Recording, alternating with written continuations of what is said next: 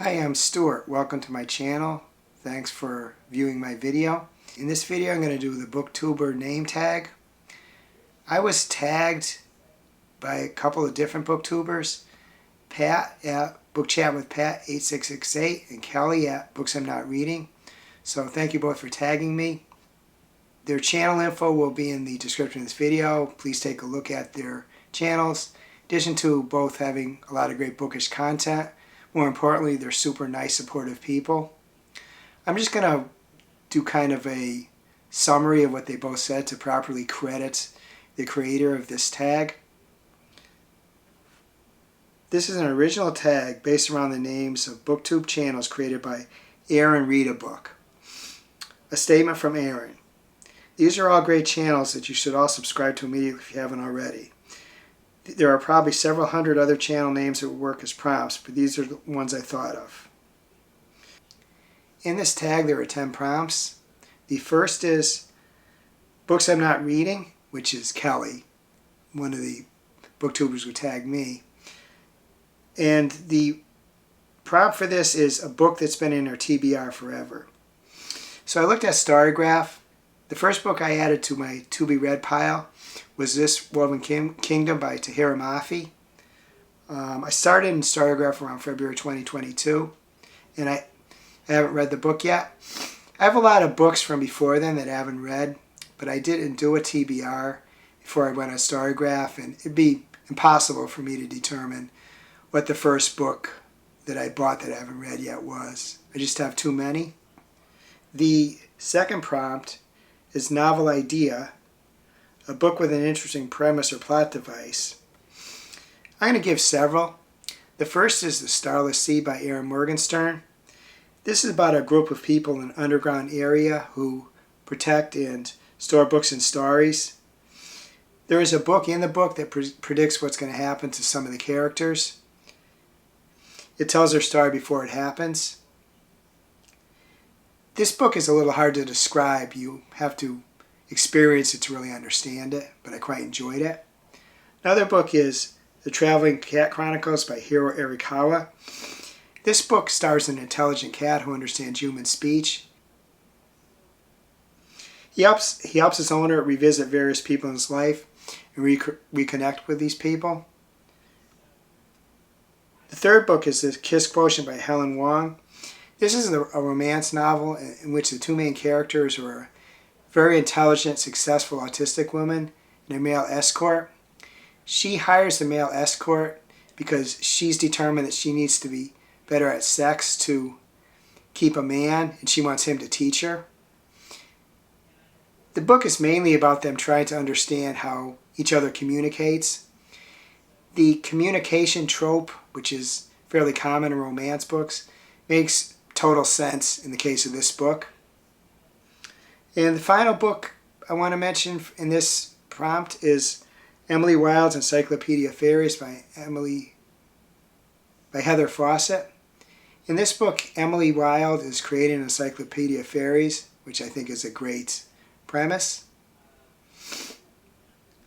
The second prompt is Revenant Reads, a book where someone has returned from the dead.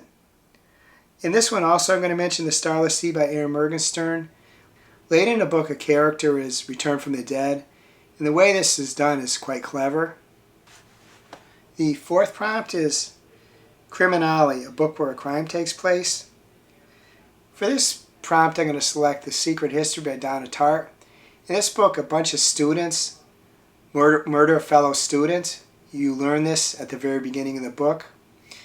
All the characters are morally gray in this book, and yet, despite that, it's so well written that I really enjoyed reading the book. The fifth prompt is Book Time with Elvis, a book about time travel, or someone named Elvis. I have several answers to this particular prompt. The first is One Italian Summer by Rebecca Searle. This has an important time element to it. The second is The Time Machine by H.G. Wells. You can tell by the title that this applies to this prompt, but this book is about a scientist who builds a time machine, travels to the future. And the final book I want to mention is Unfaithful Music and Disappearing Ink by Elvis Costello. Most people when they hear the name Elvis, think about Elvis Presley first, and I did too. But then I thought about Elvis Costello. So I thought that might be a little different, so I searched on Barnes & Noble to see if there's any books that he's written or any books that have written about him.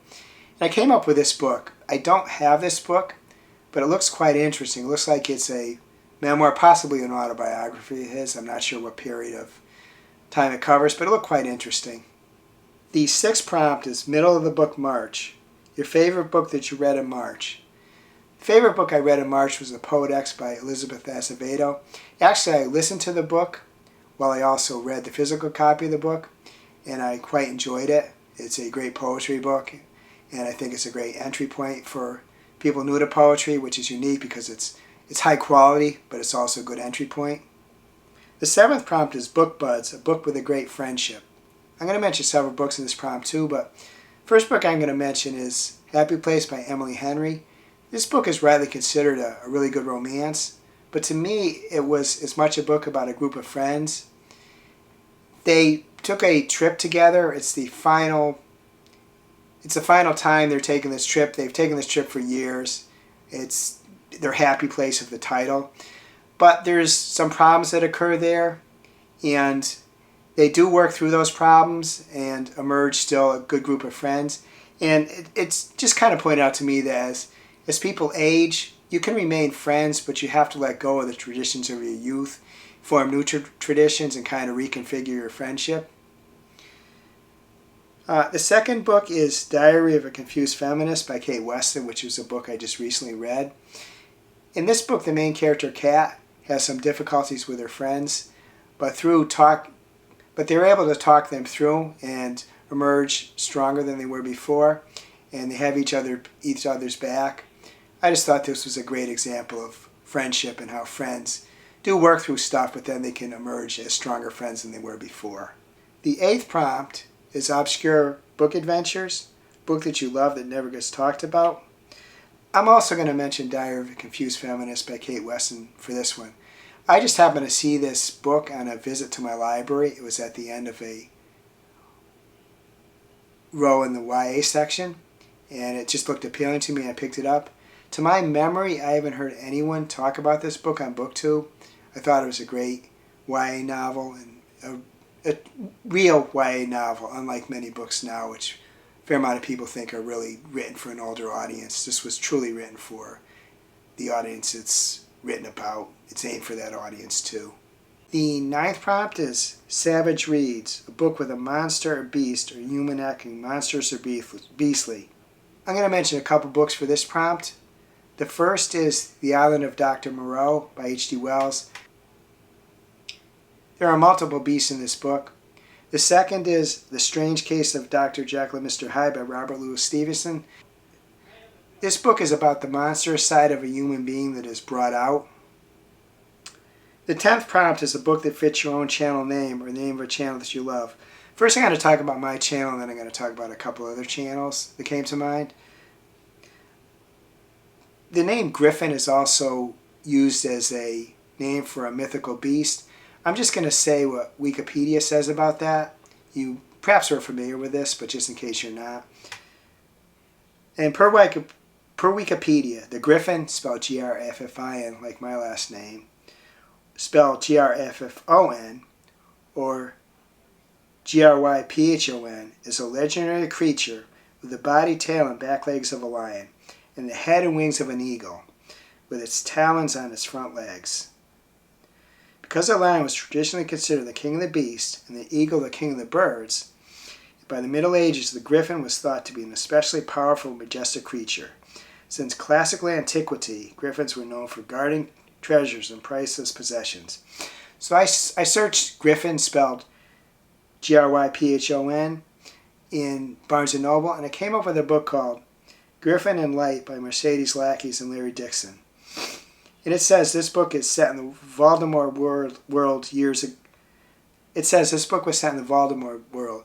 Interestingly enough, years ago, I read several books in the Heralds of Voldemort series by Mercedes Lackey. I did enjoy them, but I just moved on to something else. That's the way my reading goes sometime. I remember I was partway through one of the books. I may revisit it or possibly read this book. But it was kind of interesting that they came up with something that connected with some of my reading in the past. Also interesting, I just started reading Fourth Wing. I'm fairly early in the book, but there was a mention of Griffin, spelled Gryphon, so in Fourth Wing, which is in a good part about dragons, there was also a mention of griffins, which are not the dragons. They're apparently an enemy of the dragons, but that was kind of interesting. Now I'm just going to mention a couple of booktubers that I thought of and some books that I came up with related to their names. First one I'm going to mention is Nix at Nix Reads. I searched Nix on Barnes & Noble site. There's an author by the name of Garth Nix. He's prolific. One book I saw of his that I thought was especially applicable is The Sinister Booksellers of Bath. The Barnes & Noble overview says, return to the enchanting world of The Left-Handed Booksellers of London, in a sequel by Garth Nix, best-selling master of teen fantasy, where once again a team of booksellers must fight to keep dangerous magic under cover before the stuff of legends destroys our world. New York Times bestseller. The book looks quite interesting. And the final booktuber I want to mention for this prompt is Kayla at Kayla V. I looked up Kayla on Barnes & Noble, and one of the authors I came up with has the name of Kayla Edwards. She has 2 books released. The first is City of Gods and Monsters. The Barnes & Noble overview says, welcome to the city of Angelthine. We hope you survive. Lauren Kayla has only ever been ordinary. As a human struggling to survive in a city that caters to the needs of vampires, werewolves, witches, and other supernatural creatures, she always assumed her life would remain simple, predictable, and as safe as the world would allow. Another one that looks interesting. And also, suggest you take a look at the channels of both Nix and Kayla because they have a lot of great bookish content, and like Pat and Kelly, they're also super supportive and nice. And I will include the channel info in the description of this video. And also I forgot to mention that some of the booktubers in the first 9 prompts I do subscribe to, and 1 or 2 of them I think subscribe to me, so I can certainly vouch for the fact that they're nice, and I'm sure the other ones are interesting ones you might like to follow. Nice and interesting, I should say. They're nice, but also their content is interesting, and I'm sure that's the case with the other ones that I'm not familiar with. I'm not actually going to tag anyone in this video, but if you watch the video, please consider yourself tagged. If you'd like to do a video with your answers, I'm sure I'd be interested in seeing it. Or if you'd like to even answer one or more of the prompts in the comments, please do so. If you don't do videos, or if this is just your preferred method, I would be interested in reading those too. Thanks for looking at my video. If you liked it, please give it a like. Please subscribe.